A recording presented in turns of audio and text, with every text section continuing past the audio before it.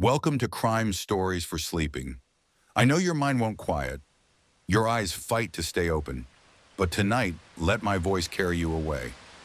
Somewhere in the dark, there's an unsolved mystery.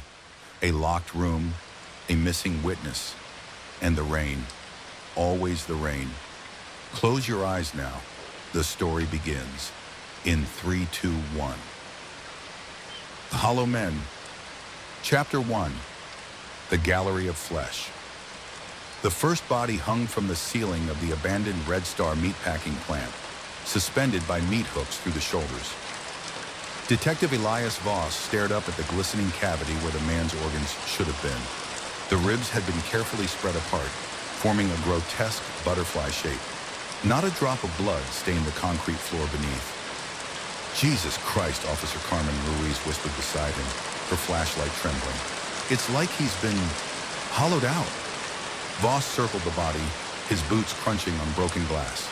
The victim's face was eerily peaceful, except for the crude black stitches sealing his lips shut. A rusted needle still protruded from the lower lip, a single drop of dried blood clinging to its tip. Same as the others? Ruiz asked. Voss didn't answer. There were no others. Not yet, but he knew, with the cold certainty of a man who'd seen too much, that there would be. His flashlight beam caught something on the floor. Kneeling, he brushed away dust to reveal words carved into the concrete. Feed them. The radio on Ruiz's belt crackled to life. All units, report to the Fulton Street subway station. Multiple bodies reported. One caller says, Christ, one says some of them are still breathing. As they turned to leave, the corpse's stitched lips twitched. Chapter 2. The Butcher's Mark. The subway station stank of copper and spoiled meat. 3 more bodies hung from the ceiling tiles, their chests carved open in identical fashion. But the fourth victim sat slumped against the wall, his hollowed chest rising and falling in shallow breaths. His eyelids fluttered as Voss approached. Who did this? Voss demanded. The man's mouth opened, revealing a blackened tongue. When he spoke, his voice was the rasp of dead leaves on concrete. The Hollow Men. They're always hungry. Star. Then his chest cavity convulsed, and something wet and glistening began to grow where his heart should have been. Chapter 3. The Surgeon's Secret. The autopsy room lights flickered as the medical examiner peeled back the sheet. The hollowed victim from the subway had been dead for 12 hours, yet the flesh inside his chest cavity still quivered. I've never seen anything like this, the ME whispered. It's like his organs are regenerated, but wrong. Voss stared at the twisting mass of tissue. The shape was becoming recognizable now. A crude, malformed face emerging in the red muscle. His phone buzzed, a message from an unknown number containing just one word, soon. Attached was a photo of Voss's estranged daughter, asleep in her dorm room. Chapter 4. The Bone Cathedral.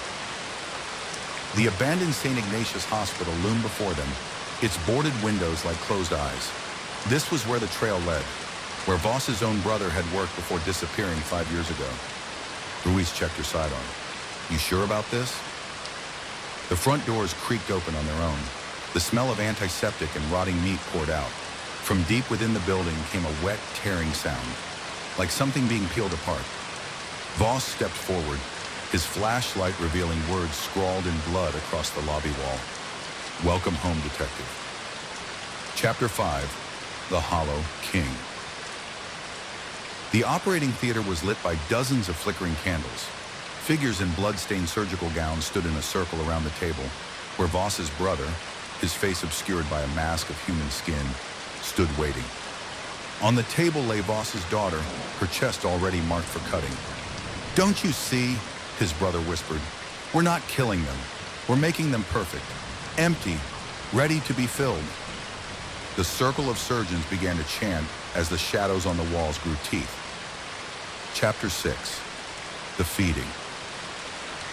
Voss's bullet took his brother between the eyes. The body collapsed, and then the shadows moved. Something ancient and hungry poured from his brother's mouth, from his eyes from the hollow spaces they'd created. The surgeon screamed as it took them first, filling them until their skin split. Voss grabbed his daughter and ran as the hospital collapsed behind them, the sound of something vast and starving following them into the night. Epilogue, 3 months later. The stitches on Voss's chest itch where the surgeons cut him open. In the mirror, when he looks closely, he can see something moving behind his ribs. His daughter hasn't spoken since that night, but sometimes when he checks on her, he finds her standing at the window, licking her lips. Story number 2, The Whispering Asylum. Chapter 1, The Last Patient. The straitjacket arrived in a black medical case, still smelling of formaldehyde and despair. Dr. Lillian Graves ran her fingers over the frayed restraints where countless hands had struggled before. The tag read, Patient 413, Final Admission. "Where did you find this?" Lillian asked. The orderly wouldn't meet her eyes. "Basement storage. Behind the old electroshock machines." He swallowed hard. "Doctor, the pockets are still warm." That night, Lillian dreamt of fingers tapping Morse code against padded walls. When she woke, her bedroom mirror was fogged with someone else's breath. Chapter 2, The Third Floor, West. Blackwell Asylum's abandoned wing hadn't been opened in 30 years. The air smelled of copper and rotting roses. Patient files crumbled to dust at Lillian's touch, except one. Patient 413, Elias P. Subject, demonstrates unprecedented resistance to sedation. Claims to be collecting voices. Final note, the walls are singing to him now. Asterisk, Lillian's flashlight caught fresh scuff marks leading to room 413. The door was ajar. Inside, the walls were covered in hand-painted musical notation, written in what looked like dried blood. Her pager buzzed. New admission, male. Found wandering highway. Says he's Elias P. Asterisk. Chapter 3, The Choir. The man in bed 12 was singing. Not words, just sounds. Perfect a minor, over and over. His throat shouldn't have been capable of sustaining the note that long. Lillian checked his wristband. No name. Just 3 numbers. 413. "You're not Elias," she said. The man smiled with too many teeth. "Not yet." Then his pupils dilated black as he whispered, "Can you hear them? The choir's almost complete." Asterisk it down the hall, every patient began humming the same note. Chapter 4, The Composer. The basement morgue was colder than physics allowed. Lillian's breath hung frozen before her as she pulled open drawer 413. Empty, except for a single wax cylinder, recording labeled Asterisk Final Movement Asterisk. The gramophone started playing before she touched it, a symphony of screams, perfectly harmonized. Her own mother's voice stood out in the soprano section, a woman who died at Blackwell in 1987. Behind her, metal drawers began sliding open one by one. Chapter 5, The Crescendo. They found Orderly Jenkins in the music room. His lips were sewn shut with piano wire. His fingers had been broken and arranged on the keys, positioned to play an impossible chord. Lillian's pager lit up. "All staff to 3rd floor west." The elevator opened onto a nightmare. Every patient stood at attention in the hallway, mouths open in silent screams. Their throats pulsed as if something moved beneath the skin. From room 413 came the sound of a straitjacket being buckled. Chapter 6, The Final Note. The recording studio had been built behind the asylum's chapel. Lillian stepped over decades of wax cylinders, each labeled with a doctor's name. Patient 413 sat before a massive brass recording horn. He wasn't restrained. Didn't need to be. "You're early," he said without turning. "The finale requires 13 voices." Lillian's hand shook as she raised the scalpel. "My mother's already on your recording." 413 finally turned. His smile split his face ear to ear. "Oh, Lily, I saved your track for last." The asylum's fire alarm began ringing in perfect C-sharp. Epilogue, The New Director. The wax cylinder arrived in a black medical case, still warm from playback. The new director lifted the needle to her ear. 13 voices sang a lullaby her mother used to hum. The 13th voice, freshly added, sounded exactly like Dr. Lillian Graves. Outside, the asylum's boarded windows vibrated with the sound of something tuning itself. Waiting. Always waiting for the next movement to begin. The story number 3, The Silence of the Stones. Chapter 1, The First Letter. The envelope arrived on the equinox, sealed with black wax. Professor Eleanor Vane turned it over in her trembling hands, her breath fogging in the sudden chill of her Oxford office. The postmark read, Crow's Mouth, Dorset, a place she hadn't heard mentioned in 17 years. Inside a single sheet of parchment. They're waking beneath the stones. Come home, Ellie. Burn this. Asterisk. Her father's handwriting. Impossible. He drowned in the marsh the summer she turned 16. Outside her window, the first raven landed on the iron fence. Then another, and another, until the black shapes lined every spike like sentinels. Chapter 2, The Drowning Town. Crow's Mouth hadn't changed. The same crooked houses hunched over the cobbled streets, their windows dark as missing teeth. The same reek of salt and rotting seaweed clung to the harbor. The innkeeper's hands shook as he passed Eleanor the key. You're a Vane, he whispered. They'll know you've come back. That night, the dreams began. The sensation of cold fingers tracing the bones of her face. The whispering in a language that slithered between words. And always beneath it all, the sound of stones grinding against stones. Chapter 3, The Church Without a Name. The standing stones rose from the mist at low tide, arranged in a circle just beyond the harbor. 12 monoliths, each carved with strange sigils that hurt to look at directly. The 13th stone lay broken at the center. Eleanor's torchlight revealed new markings, fresh carvings overlapping the ancient ones. Mathematical equations, astronomical calculations, her father's work.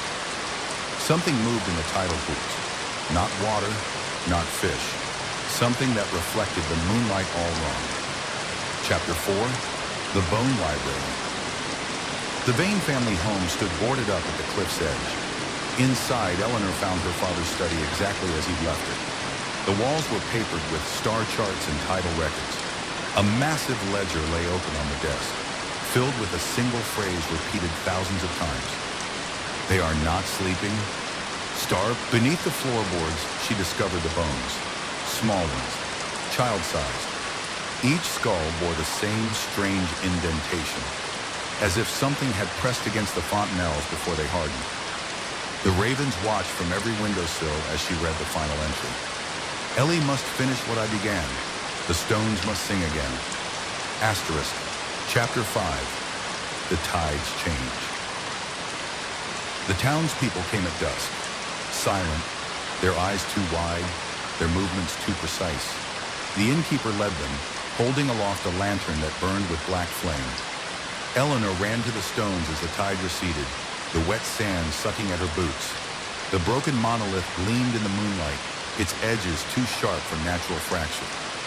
When she pressed her palm against the largest standing stone, the carvings began to glow. The whispers became screams. And from the sea, something rose on impossible angles, its voice the sound of 1,000 stones grinding together. Chapter 6, The 13th Chime. The church bells rang 13 times. The townspeople fell to their knees, their mouths opening in perfect unison. The thing from the sea flowed into them, through them, its form shifting like mercury in moonlight. Eleanor stood at the center of the stones, her father's journal in hand. The equations made sense now. The calculations weren't warnings. They were instructions. As the first tendril of the entity brushed her cheek, Eleanor began to sing. The stones answered, the sky split, and Crow's Mouth learned at last why the Vanes had always been keepers of the silence. Epilogue, The New Keeper. The envelope arrived on the equinox sealed with black wax. The young archaeology professor turned it over in her hands, frowning at the postmark, Crow's Mouth, Dorset. Inside a single sheet of parchment, they're dreaming beneath the stones. Come home, Alice. Burn this. Asterisk. Her mother's handwriting. Impossible. She'd vanished during a research trip to Dorset 20 years ago. Outside the window, the first raven landed. The story number 4. The Last Children of Haddonfield. Chapter 1. The Halloween That Never Ended. The first pumpkin appeared on October 8th. Sheriff Ellie Carter found it sitting perfectly centered on the Haddonfield Elementary School steps at 6:17 a.m. Not carved, not decorated, just an ordinary pumpkin, still damp with morning dew. Except Haddonfield hadn't grown pumpkins in 20 years. Not since the silo fire. Her radio crackled. Ellie, you need to get to the old Myers place. Now! The pumpkin split open as she turned away, revealing teeth where seeds should have been. Chapter 2. The House on the Hill. The Myers house stood exactly as it had in 1978.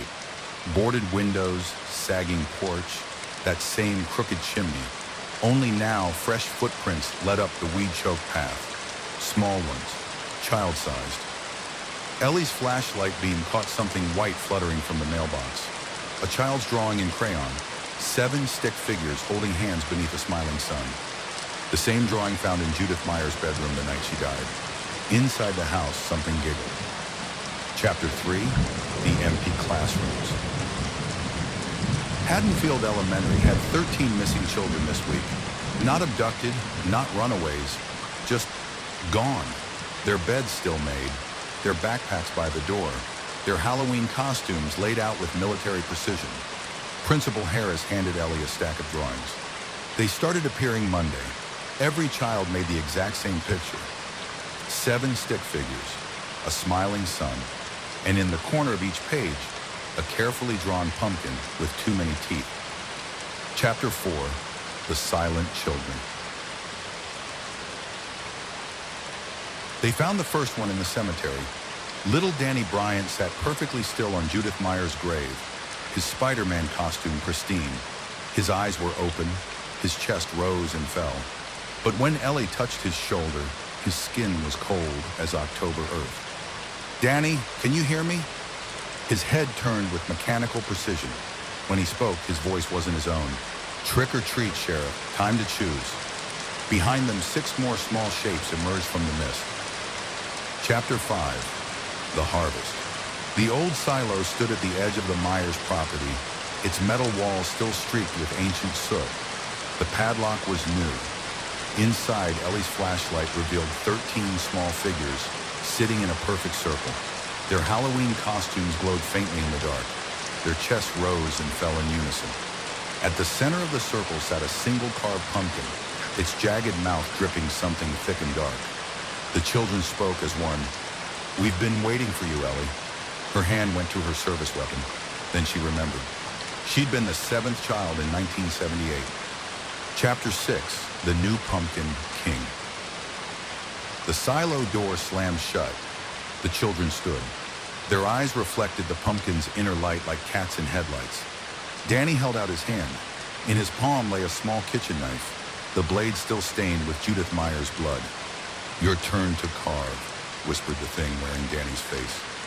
Outside, across Haddonfield, every unlit jack-o'-lantern flickered to life at once. Epilogue. November 1st. The new sheriff walked through silent streets, kicking aside discarded candy wrappers. The elementary school stood empty. The Myers house sagged a little further into decay. At the edge of town, the silo door creaked open.